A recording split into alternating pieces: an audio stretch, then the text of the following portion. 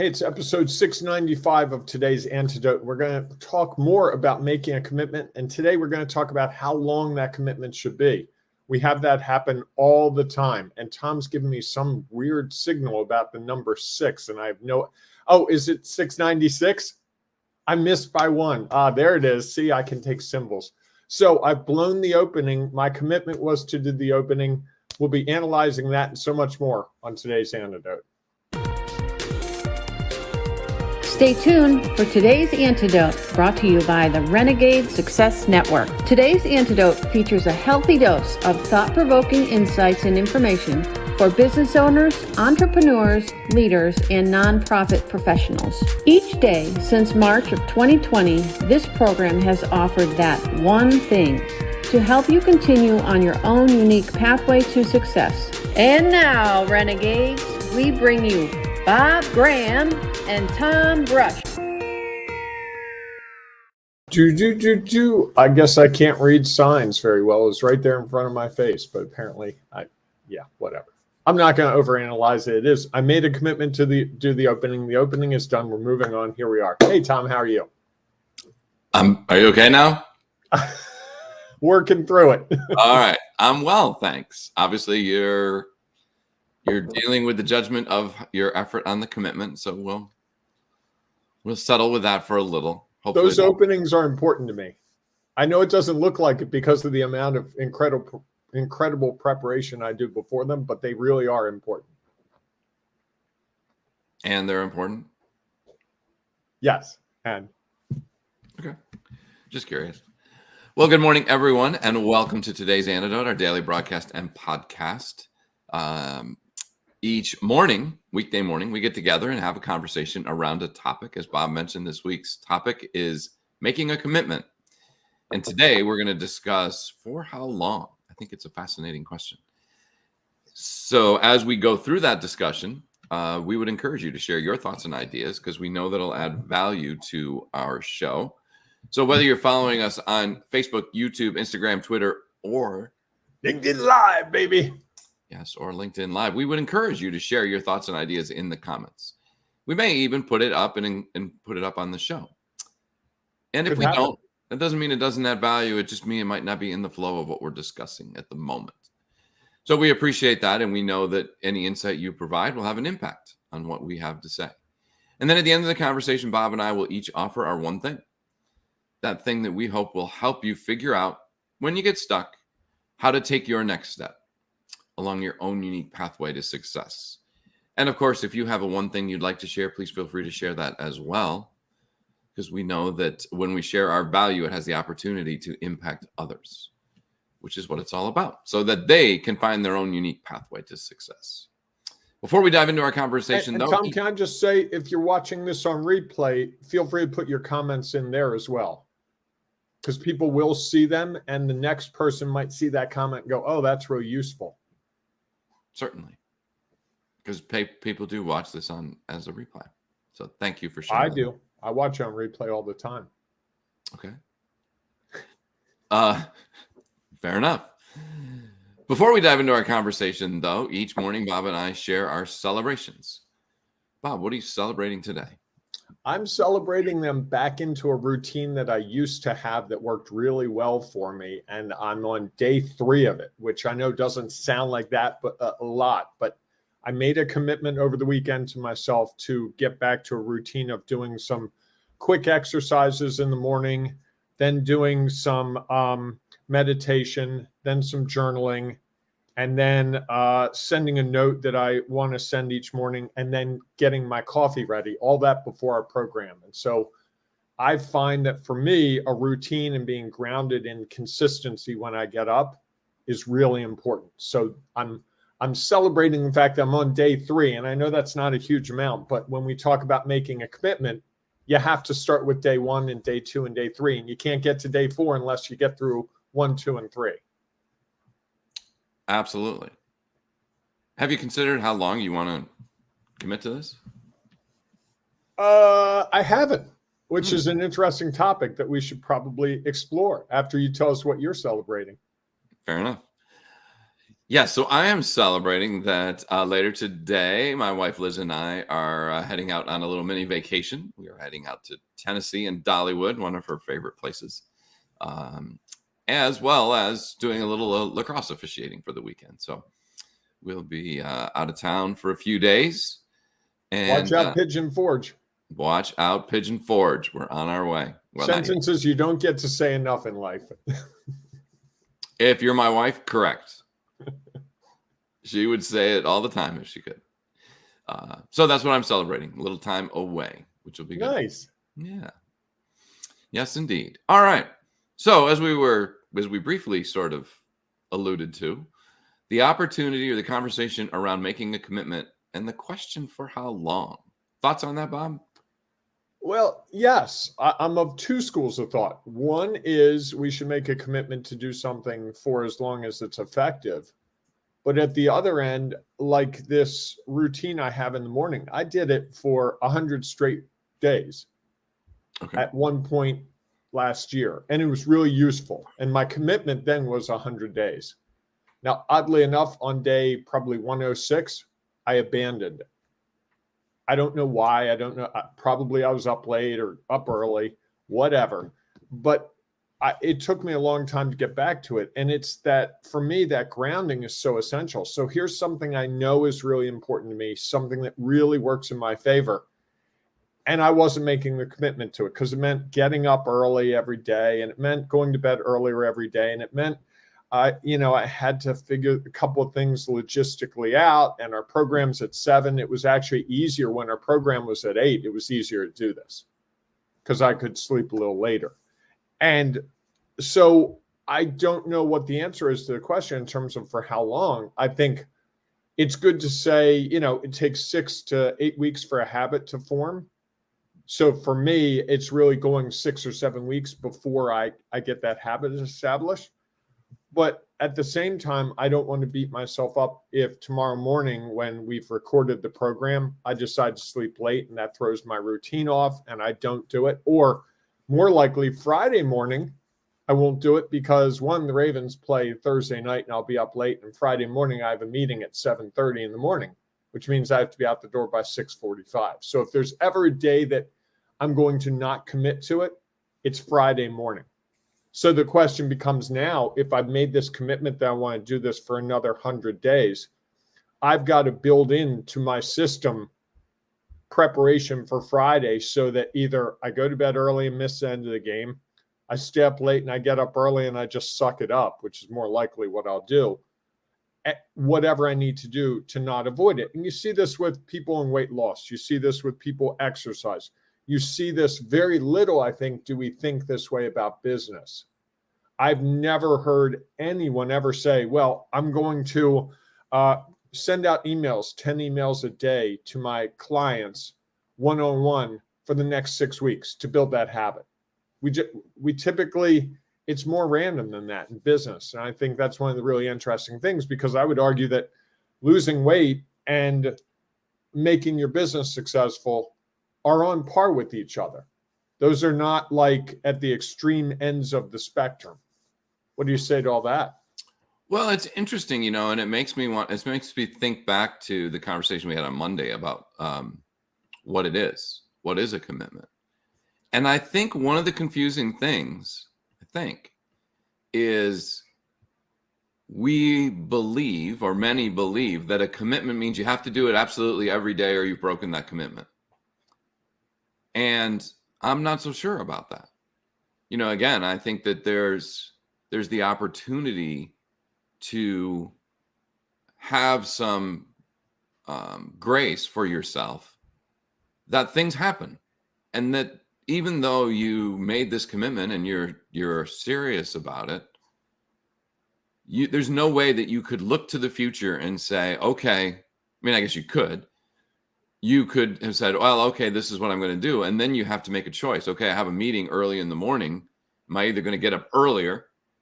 Oh yeah. And the fact the Ravens play the night before, so that makes that a little bit harder. And that to me is just like it's a lot of work mm-hmm. to ensure you maintain a routine that adds value yet at the same time has an impact on what's going on within your life in the real world. You know, I mean, I think there's a difference, or there's an opportunity to have a difference between a commitment being something that has to be every single day, or else you're not committed. I don't know about that. I think that life can get in the way. I think if you're committed, if you make a commitment, the commitment is, I understand that this day is going to be challenging, and I may or may not be able to do it. The commitment is the next day, when I don't have the same impact or the same things impacting my day, I'm back at it. That to me is a little bit more of how I like to look at a commitment, is that I've made a decision that this is something that's important, and yet isn't the number one priority in my life. It's an important priority, and yet it's not. Because at some point on Friday, you have a conflict. Mm-hmm. You have conflicting commitments. Correct. You have a meeting that you're part of a group, and you are expected to be, not expected, but that's a part of the group, is showing up at those meetings. Mm-hmm. And you have this other thing that you've committed to yourself, and now you have conflicting commitments. And you have to, at some point, you just have to make a decision. And that doesn't mean that you're no longer committed to whatever it was that you decided was not the priority. It just means that at the moment you had conflicting priorities, and now you have to make a choice. Doesn't mean you're any less committed. It just means at that point it was the lesser priority. Does that make any sense? It does. And I think part of what you also got at without saying it was the risk reward. You know, I made this commitment to get up each morning and do these things. If I stay up late to watch the Ravens game, because I like to watch football, it's one of the things I just relax with. And it's rare that I get to do that on an evening because they don't play very many night games. And if I get up extra early Friday morning, you know, at 5, not 6, that means I'll probably get 4.5 hours of sleep. The risk of that is I'm apt to not be on my game all day Friday. So at that point, the very value of that commitment I made to get up and do those things, so I'm grounded and ready to approach the day in my best state, is being beaten up by that whole approach anyway. And I think that's what we don't look at. You know, if you're sending out emails because I said I was going to contact 5 people or 10 people a day by email, and you're sending it out on a day when it's snowing and people are busy worried about the snow. It's a sudden snowstorm came in, the schools are closed. You know, most of your customers have school-age kids. Sending them an email at that time to comply with what you said you would do probably isn't getting you the desired result. And I think what I'm hearing from what you're saying and what we're sort of talking through is it's really about what that commitment is, big picture. The commitment to me is to try to be ready each morning to be as effective as I can be during the day. And maybe the commitment Friday morning is different, even though the same thing. It's like, okay, I'm going to sleep. That hour that I would spend doing those things, I'm going to spend with sleep because of the priority of meditating and sleeping. I know that sleeping is more important to me. And therefore, to commit what the big purpose is to be effective during the day, then maybe sleep is more important that day. Doesn't mean Monday I shouldn't go back to that routine. It just means I've got to look at it. You know, if we're trying to grow our business or we're trying to be a better leader, there are going to be times when, you know, you read the book and you have to have a weekly meeting every week. It's a weekly meeting. Well, there's going to be a week where that's just not effective. If you have I had a team of 5 and there was a week where 4 or 3 of them were on vacation. It's silly for the 2 of us to have an hour-long meeting because, hey, it's weekly meeting time, and that's what we committed to doing. We ended up just talking for 5 minutes and moving on. And I think when we get rigid with these commitments, this is so funny that I'm saying this because I can think of a commitment that was rigid. When we get rigid with these commitments, I think that's when we start to do more damage than good in what we're ultimately trying to accomplish. And the weekly meeting example is one that jumps out at me that, yeah, okay, I committed to having a weekly meeting with my staff, but there's going to be a week where that's not effective because we have a deadline looming. And we've got to say as a group collectively, you know, this would be a really good time to have a weekly meeting, except for the fact that we have something to do tomorrow morning. We're looking for every hour we can to work on that. What do you say to all that, Tom? Sure. Well, I think that ultimately is the challenge, is that we make a lot of commitments in our life. Some are like a seriously thought out commitment, and others are just ones that happen. Someone invites us to a meeting, or we have a client who needs us, and so we say, okay, well, what does that mean to the commitment that I have to work out every day? And I think that's, some of the challenges around it is that the way we set up the commitments make those challenges more difficult. If I said my goal is to try, then it's interesting. You use that word, try, to get up every morning and do this routine. Okay, well, trying means that sometimes you're not going to be able to try it, right? Which is okay. And then there's not the judgment of, well, I did this routine for 106 days. I missed a day. So now I've blown my commitment. And we feel like, oh, now it's easy to just do something differently and move on from it. And I think that the opportunity is to say, I'm still committed to it. It just so happens that I had other commitments. And I don't know that we think about it in that regard. We think of some of these other things as commitments. And because of that, we feel like we are not honoring one commitment to do something else that we also committed to. And I think the opportunity is there for us to understand that we have a lot of commitments in our lives. And because of that, there is going to be times when they're in conflict. And so how do we figure out how to manage and then make choices and not beat ourselves up for the commitments that we, quote unquote, broke? Rather, understand that this is just a part of life, is that we have a lot of commitments, and sometimes we're going to have to make choices. And not only do our commitments butt up against each other, but other people's commitments as well. Of course. If you're in a relationship, it could very well be that you have a commitment to your work stuff and they have a commitment to their work stuff. And if you have kids, there's got to be intersections, and you've got to figure out how to make that work. And I think that's it. If you're dealing with people who are committed to accomplishing stuff, we all have commitments. There are very few people I can think of that have no commitments at all. They're just like, yeah, whatever.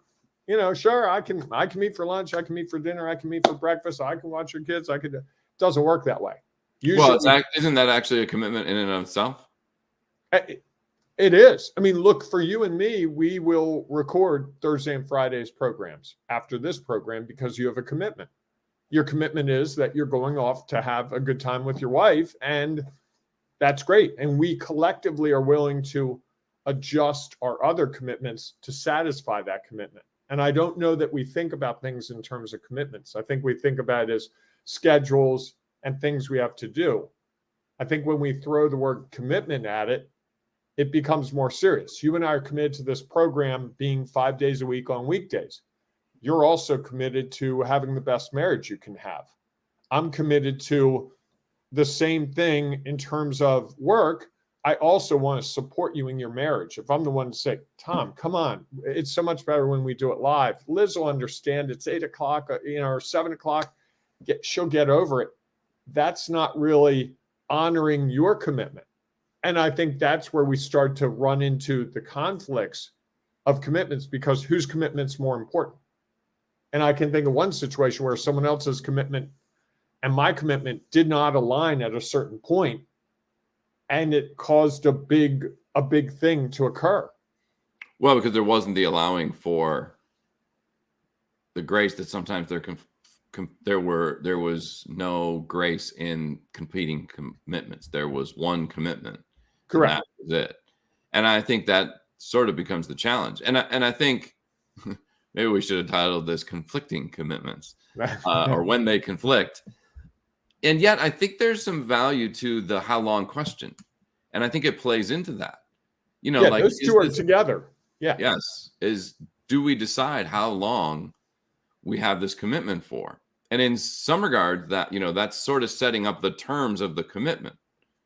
Correct? Is that it's like, okay, if you said right now you're committed to trying to the best of your ability to do this routine for the next 100 days or till December 31st. Mm-hmm. Which is the operating goal in my head. Yeah. And again, just because other things come up doesn't mean you're committed to it. The beauty is now you've stated a point by which you're going to stop and evaluate the effectiveness of this effort and measure how this commitment is going. And I think the beauty is you get to look back at that point and say, well, how did it go? I say, well, it's interesting because it's a morning commitment. And I have these other commitments in the morning that I maybe didn't bring into account in how this would impact this routine. Or I say, you know what? This routine is so valuable to me. I'm blocking out all meetings. I'm committing to this so that I know that every day I'm starting a way that has helped me be as effective as I could be. And that this is the priority, and that the only other things that would supersede it are whatever you choose. Right. You could say that work things are not, I'm not going to attend meetings that start before 8:00 or something like that, whatever that case might be. Right. Same thing with this show. We could have said, hey, look, we're committed. If you're committed, you're all in on this. And you went there. You have to be there. One of us would. It wasn't easy. It fit in well. And to say, and just so people know, you use the phrase "all in," and that's a phrase that you and I have talked about a fair amount in the last year or two, because it keeps coming up. And I don't know that we can be all in on anything if we have competing commitments. You know, I could be all in on a relationship, but then there's a day where work and the relationship get in the way of each other. And okay, which one's more important? And I think part of it is how you negotiate that.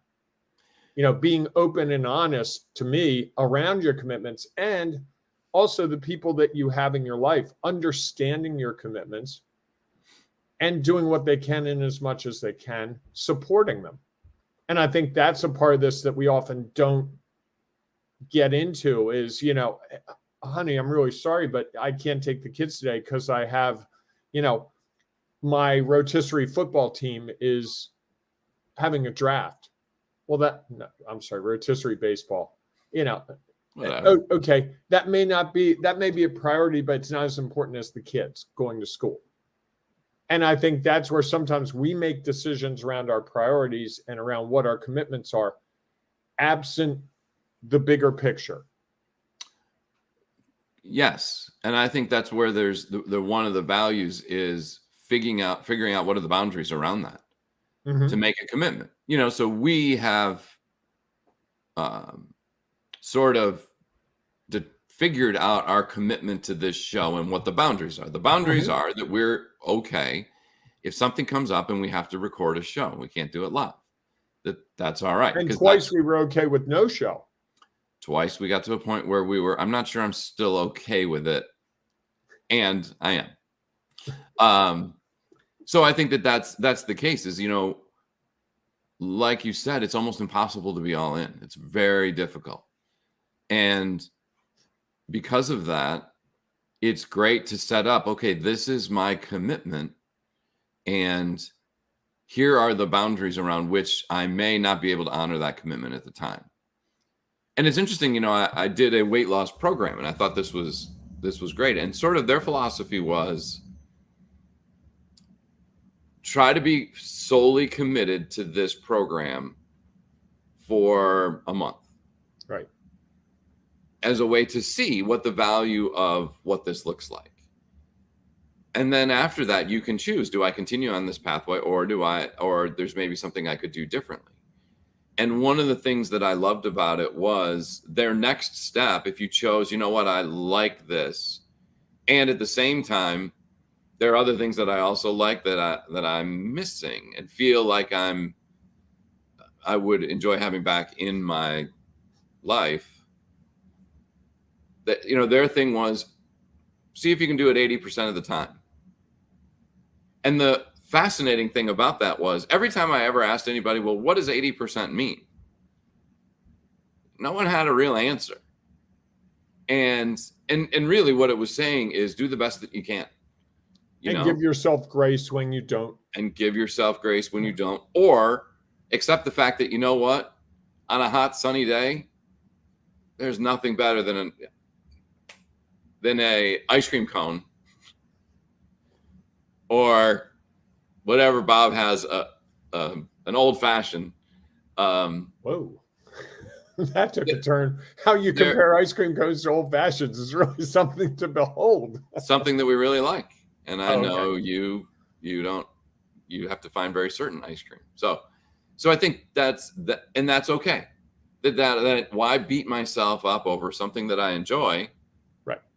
And that I happen to do occasionally. The challenge becomes how long, when does that become a new routine? It's like, oh, it's a hot day, so now I can do this. And you go from 80% to 60%, and you're not where you wanted to be.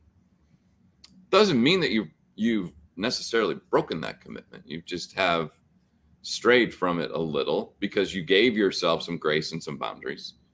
And now you just need to reevaluate that. I assume in the next couple of days, since you'll be traveling and trying to celebrate some time with Liz, that you won't be making your 10 calls or 10 reach outs, right? Yes, correct. Okay. So your commitment, you've accepted that, and that's fine with you. And I'm not saying it's not. I'm just giving it as an example, because earlier in the week you were talking about trying to do this consistently, and here you have a couple of days where those commitments are in conflict. Well, one of the things that I gave myself, part of the boundaries was I was not going to judge it. This was my commitment was to try and do this and see what it would evaluate. And so far, it hasn't been great, my effort. And things have happened, and I'm not beating myself up over it. I'm like, okay, my commitment is to try to do this and see how it fits into my daily routine. So far, it hasn't fit in very well. And there's value in that. Rather than beating myself up, there's an opportunity to say, what have I learned about that? Right. And why is that the case? Those are great learning opportunities. And I think so often we don't look at a commitment as a learning opportunity. We look at it as a success or failure. Hard, fast, all in or not. And all in, most people means if I don't do it every single day, or at least every day that I said I was going to do it, like every weekday, then I'm not committed to it. And I would disagree with that theory. Just committed to a lot of different things. So it's that time, Tom. The one thing, I've got mine. Go ahead. You ready for it? I think the word commitment is maybe not the right word. I said that yesterday. I really think that might not be the word, or it might be how we look at the commitment. But I like the idea that it's fluid, that there are going to be that we need to give ourselves the grace that, around how long, yes, I'm committing to doing this till the end of the year, but there are going to be days where it just doesn't match up because who knows? I can think of a handful of reasons. And if I were to say, well, even on those days I'm going to do it, I think it would hurt other commitments I've made, including a commitment to actually enjoy my life sometimes. Staying up and watching the Ravens game is part of the reason why I do the work I do, part of the reason why to have that time to relax, I need that in my life. So to curtail that and go, oh, I'm going to go to bed at 9:30 because I made a commitment to do this thing at 6 a.m. every morning. That's not who I want to be. And I think it gets at the bigger, what are we really trying to do? If all we do is make commitments to our work, I don't think we enjoy our work, nor do we enjoy our non-work hours very much. And then I think then we get bitter, and then it's just, oh, well, I'm totally focused on my work and I'm bitter. And then it just cycles downward, not upward. Yes. And I think there's two different commitments that you were talking about there. One was committing it to trying to do this till December 31st. Then you said to do it every day. Mm-hmm. Now, there are two different types of commitments or time frames on it. And I think that's a part of the challenge is, are we really clear what the commitment is? And again, as I'm not sure that if I were committed on doing this until December 31st, I don't know that not doing it once or twice breaks that commitment. I think that's a question that we all have to decide. And I think that commitment is a good word. I think it's just how we individually read the definition of what a commitment is and how we then determine what does that mean. And then, as long as we're not judging, we're measuring and we're trying to learn from it. So I think so my one thing for today about making a commitment and for how long is I think that there's a real value in setting a time frame in this commitment. Otherwise, I hear so many people say, well, I'm going to do this. Okay, well, for how long and at what point do you stop and evaluate it or measure it? And I think what happens is they get in exactly in the situation that we've been talking about, is that they run into conflicts with other commitments. And that time frame means that I'm committed to doing this, to trying to do this, knowing that there are other conflicts that are going to arise. And I like the idea of a timeline to stop and measure rather than I'm going to do this every day. My commitment to do this every day. Because I think that's when we run into the challenges of when things come up and now we have to figure out how to make choices. And usually when we make choices, one of the biggest things that happen after that is we start to judge and evaluate and sort of judge those choices, which leads to questioning ourselves, overwhelm, concern, frustration, and the idea to choose a timeline. So for example, we've talked about this a little bit, the Facebook ads that we've been doing. And we made a commitment to do it till December 31st.